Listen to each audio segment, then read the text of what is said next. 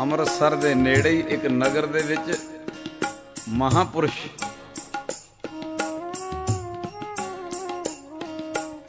ਜਿਨ੍ਹਾਂ ਦੇ ਸਰੀਰ ਦੇ ਉੱਤੇ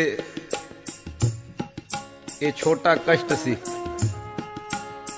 ਕਿ ਜਿੱਥੇ ਖਾਰਿਸ਼ ਕਰਨੀ ਤੇ ਲਹੂ ਸਿਮ ਪੈਣਾ।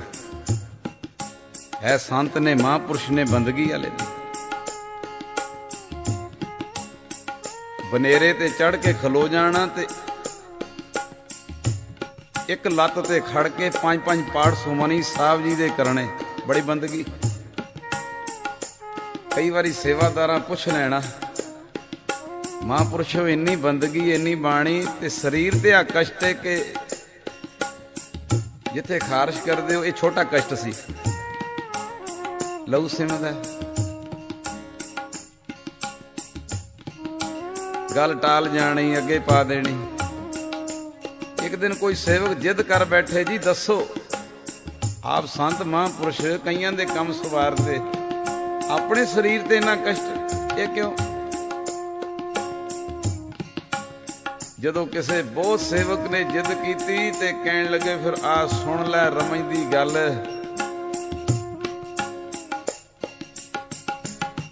ਪਿਛਲੇ ਜਨਮ ਵਿੱਚ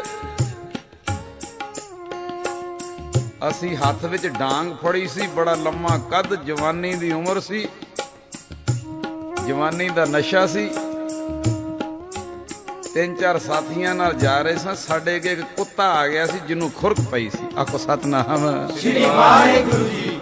ਸਹਿਜ ਸੁਭਾਅ ਜਵਾਨੀ ਦੇ ਨਸ਼ੇ ਵਿੱਚ ਉਸ ਕੁੱਤੇ ਨੂੰ ਅਸੀਂ ਡਾਂਗ ਮਾਰਤੀ।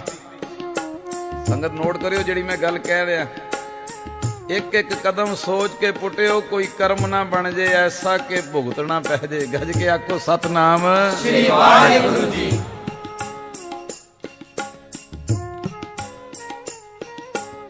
ਇੱਕ ਸਰੀਰ ਮੈਨੂੰ ਕਹਿੰਦਾ ਵੀ ਪਿਛਲੇ ਕਰਮ ਨਹੀਂ ਹੁੰਦੇ। ਦਾਸ ਨੇ ਉਹਨੂੰ ਮਹਾਂਪੁਰਸ਼ਾਂ ਦਾ ਬਚਨ ਸੁਣਾਇਆ। ਮੈਂ ਕਿਹਾ ਮਹਾਂਪੁਰਸ਼ ਕਹਿੰਦੇ ਸੀ ਮੰਨ ਲਓ ਕਿ 1:18 ਤੇ ਬਿਰਲੇ ਟਾਟੇ ਦੇ ਘਰ ਕੋਈ ਬੱਚਾ ਪੈਦਾ ਹੋਇਆ ਤੇ 1:18 ਤੇ ਹੀ ਕਿਸੇ ਗਰੀਬ ਮਾਂ ਸੜਕ ਤੇ ਰਾਤ ਕੱਟਣ ਵਾਲੀ ਝੁੱਗੀਆਂ 'ਚ ਰਹਿਣ ਵਾਲੀ ਉਹਦੇ ਘਰ ਬੱਚਾ ਪੈਦਾ ਹੋਇਆ। ਨੋਟ ਕਰਿਓ ਜੀ, ਇੱਕੋ ਟਾਈਮ ਤੇ 2 ਬੱਚੇ ਪੈਦਾ ਹੋਏ ਨੇ। ਬਿਰਲੇ ਟਾਟੇ ਵਾਲਾ ਸੋਨੇ ਦੇ ਭੰਗੂੜੇ 'ਚ ਝੂਲ ਰਿਹਾ, ਚਾਂਦੀ ਦੀ ਬੋਤਲ 'ਚ ਦੁੱਧ ਪੀ ਰਿਹਾ, ਔਰ ਜੰਮਦਿਆਂ ਹੀ ਵੱਡਿਆਂ ਪੁਰਖਾਂ ਦੀਆਂ ਕਰੋੜਾਂ ਦੀਆਂ ਜਾਇਦਾਦਾਂ ਦੇ ਵਿੱਚ ਹਿੱਸੇਦਾਰ ਬਣ ਗਿਆ। ਗੱਜ ਕੇ ਆਖੋ ਸਤਨਾਮ ਸ੍ਰੀ ਵਾਹਿਗੁਰੂ ਜੀ। ਉਹ ਟਾਈਮ ਇੱਕ ਬੱਚਾ ਅੱਤ ਦਰਜੇ ਦੀ ਸੜਕ ਤੇ ਗਰੀਬ ਝੁੱਗੀ ਵਿੱਚ ਰਹਿਣ ਵਾਲੀ ਔਰਤ ਦੇ ਘਰ ਪੈਦਾ ਹੋਇਆ।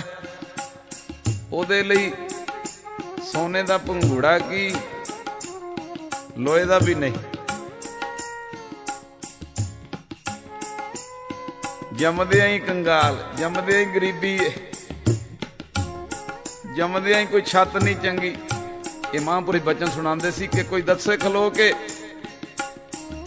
1:18 ਤੇ ਹੀ ਦੋਵੇਂ ਬੱਚੇ ਪੈਦਾ ਹੋਏ ਨੇ ਤੇ 1:19 ਤੇ ਨਾ ਉਹਨਾਂ ਦੋਵਾਂ ਚੋਂ ਨਾ ਉਹਨੇ ਪਾਪ ਕੀਤੇ ਨੇ ਨਾ ਉਹਨੇ ਪਾਪ ਕੀਤੇ, ਨਾ ਉਹਨੇ ਪੁੰਨ ਕਰਤੇ ਬਹੁਤੇ ਨਾ ਉਹਨੇ ਪੁੰਨ ਕਰਤੇ। 1 ਮਿੰਟ ਵਿੱਚ ਨਾ ਉਹਨੇ ਪੁੰਨ ਕੀਤੇ ਨੇ ਨਾ ਉਹਨੇ ਪੁੰਨ, ਨਾ ਉਹਨੇ ਪਾਪ ਨਾ ਉਹਨੇ ਪਾਪ, ਪਰ ਇੱਕ ਐਡੇ ਕਰੋੜਾਂ ਦੀ ਜਾਇਦਾਦ ਦਾ ਵਾਰਸ ਬਣ ਗਿਆ, ਸੋਨੇ ਦੇ ਭੰਗੂੜੇ ਝੂਲ ਰਿਹਾ। ਇੱਕ ਜੰਮਦਿਆਂ ਹੀ ਕੰਗਾਲ ਏ, ਸੜਕ ਤੇ ਰਾਤ ਕੱਟਦਾ ਪਿਆ। ਦੋਵਾਂ ਨੇ ਨਾ ਹੀ ਜੰਮਦਿਆਂ ਕੋਈ ਪਾਪ ਕੀਤੇ ਨਾ ਪੁੰਨ ਕੀਤੇ, ਇੱਕ ਨੂੰ ਇੰਨੇ ਸੁੱਖ, ਇੱਕ ਜੰਮਦਿਆਂ ਹੀ ਕੰਗਾਲ ਕੀ ਏ? ਇਹ ਪਿਛਲੇ ਕਰਮ ਦੋਵਾਂ ਦੇ ਨਾਲ ਚੱਲ ਰਹੇ ਨੇ। ਆਖੋ ਸਤਨਾਮ ਸ੍ਰੀ ਵਾਹਿਗੁਰੂ। ਇੱਕ ਜੰਮਦਿਆਂ ਹੀ ਐਡੇ ਸੁੱਖ, ਇੱਕ ਜੰਮਦਿਆਂ ਹੀ ਕੰਗਾਲ ਹੈ। ਤੁਸੀਂ ਵੀ ਪੜ੍ਹੇ ਲਿਖੇ ਬੈਠੇ ਹੋ, ਕੋਈ ਦ੍ਰਿਸ਼ਟਾਂਤ ਤਾਂ ਦਿੱਤਾ ਜਾਂਦਾ ਕਿ ਪਿਛਲੇ ਕਰਮ ਨਾਲ ਚੱਲ ਰਹੇ ਨੇ। ਇਹ ਮਹਾਂਪੁਰਸ਼ਾਂ ਨੇ ਬਚਨ ਸੁਣਾਇਆ ਰਮਜ ਦਾ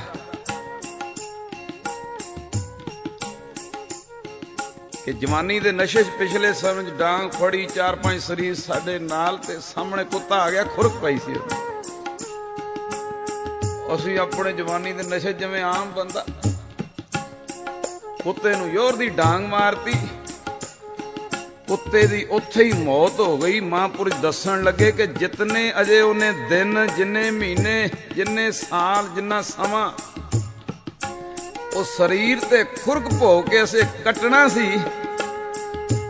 ਉਹਦੀ ਉੱਥੇ ਮੌਤ ਹੋ ਗਈ। ਉਹਦੀ ਮੌਤ ਦੇ ਭਾਈ ਵੱਲ ਅਸੀਂ ਬਣੇ ਹੱਕ ਸਤਨਾਮ ਸ੍ਰੀ ਵਾਹਿਗੁਰੂ। ਉਹਦਾ ਕਸ਼ਟ ਅਸੀਂ ਸਰੀਰ ਤੇ ਲੈ ਰਹੇ ਆ, ਕਿਉਂ ਸਾਡੇ ਤੋਂ ਮਰਿਆ। ਤੇ ਸਾਡਾ ਅਖੀਰਲਾ ਜਾਮ ਹੈ ਜਿਹਦੇ ਕਰਕੇ ਅਖੀਰਲੇ ਜਾਮੇ ਕਰਕੇ ਉਸ ਕਰਮ ਨੂੰ ਸਰੀਰ ਦੇ ਉੱਤੇ ਪੂਰਾ ਕਰ ਰਹੇ ਆ। ਇਸ਼ਾਰਾ ਲਿਓ ਸਾਧ ਸੰਗਤ, ਇੱਕ ਇੱਕ ਕਦਮ ਗੁਰੂ ਦੇ ਭੈ ਵਿੱਚ ਪੁੱਟਣਾ, ਇੱਕ ਇੱਕ ਕਦਮ ਗੁਰੂ ਦੇ ਡਰ ਵਿੱਚ ਪੁੱਟਣਾ। ਕੋਈ ਐਸਾ ਕਰਮ ਨਾ ਪੁੱਟਿਆ ਜਾਵੇ ਕਿ ਉਹਦਾ ਲੈਣੀਆਂ ਦੇਣੀਆਂ ਇਸ ਢੰਗ ਨਾਲ ਭੁਗਤਣਾ ਪਵੇ। ਗੱਜ ਕੇ ਆਖੋ ਸਤਨਾਮ ਸ੍ਰੀ ਵਾਹਿਗੁਰੂ ਜੀ। ਪ੍ਰੇਮਾ ਕੋੜੀ ਸਰੀਰ ਤੇ ਇੰਨਾ ਕਸ਼ਟ ਕੋੜ ਕਿਉਂ ਹੈ? ਇਹ ਪਿਛਲਾ ਸੰਸਕਾਰ। ਇਹ ਸਾਖੀ ਇੱਕ ਦਰਖਤ ਚੋਂ ਟਾਹਣ ਨਿਕਲਦੇ ਨੇ, ਕੇਵਲ ਸਾਖੀ ਸੁਣ ਕੇ ਚਲੇ ਜਾਣਾ ਗੱਲ ਨਹੀਂ ਕੋਈ ਵੱਡੀ। ਸੇਧ ਲੈਣੀ ਕਿਉਂ ਕੋੜੀ ਬਣੇ? ਗੁਰਬਾਣੀ ਚ ਮਹਾਰਾਜ ਨੇ ਕਿਹਾ ਨਿਰਮਲ ਭਉ ਰੱਖਿਆ ਕਰੋ, ਨਿਰਮਲ ਭਉ ਚ ਰਿਹਾ ਕਰੋ। ਹਰ ਕਦਮ ਪੁੱਟਣ ਵੇਲੇ ਵੇਖੋ ਕੋਈ ਕਿਸੇ ਦਾ ਬੁਰਾ ਤੇ ਨਹੀਂ। ਤੋ ਦਾਸ ਆਪਣੇ ਗੁਰੂ ਨਾਨਕ ਦੇ ਦਰ ਦੀਆਂ ਵਡਿਆਈਆਂ ਕਰਦਾ ਹੋਇਆ